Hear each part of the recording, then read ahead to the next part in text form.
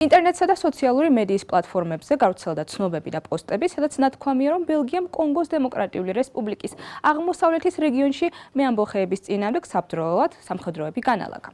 მათი მტკიცებით 300-დან 400-მდე ბელგიელი სამხედრო კონგოს არმიასა და სხვა გასამხედროებულ ჯგუფებთან ერთად 63-ის მეამბოხეების წინააღმდეგ ბრძოლაში ჩაერთვებიან და რომ ბელგია და ზოგადად ევროკავშირი რუანდის საზიანოდ მხარს უჭერს კონგოს დემოკრატიულ რესპუბლიკას. თუმცა ბელგია კატეგორიულად უარყოფს ამ ბრალდებებს და ბრიუსელსა და კიგალს შორის მზარდი დაძაბულობის ფონზე, რამაც დიპლომატიური კავშირების გაწყვეტა გამოიწვია რუანდას მის წინააღმდეგ აგორებული დეზინფორმაციული კამპანიის წარმოებაში ადანაშაულებს.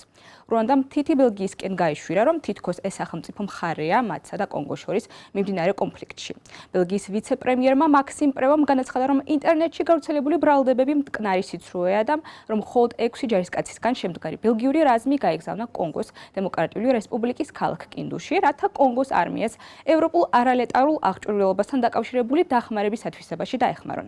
მან ასევე დასძინა, რომ ბელგია არ მონაწილეობს არანაირ სამხედრო ოპერაციაში, ხოლო საპირისპირო განცხადებები მხოლოდ დაძაბულობის ესკალაციასა და გარკვეულობის დათესვას ემსახურება. მოგვიანებით კი ინტერნეტ სივრცეში საპირისპირო განცხადებები გავრცელდა, რომ თითქოს ბრძოლების შედეგად 8 ბელგიელი სამხედრო დაიღუპა, ხოლო ბელგიისა და კონგოს ქალაქებს შორის ბევრი სამხედრო ფრენა განხორციელდა. თუმცა ბელგიამ თავის მხრივ გავრცელა განცხადებები, სადაც თავდაცვის სამინისტრომ მარტის ბოლოს გამოქვეყნებულ პრეს-რელიზზე მიანიშნა. განცხადების თანახმად კინდუში ევროკავშირის ევროპული სამშვიდობო ფონდის პროექტის ფარგლებში მხოლოდ 10 ბელგიელი ჯარისკაცი იმყოფება და რომ ბელგია კონგოს დემოკრატიულ რესპუბლიკას აღჭურვილობის შეძენას და ინფრასტრუქტურულ სამუშაოებში ეხმარება.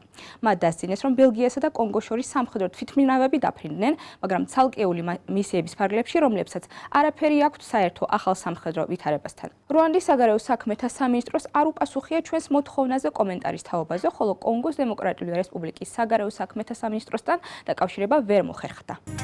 ევრო გადამოწმება.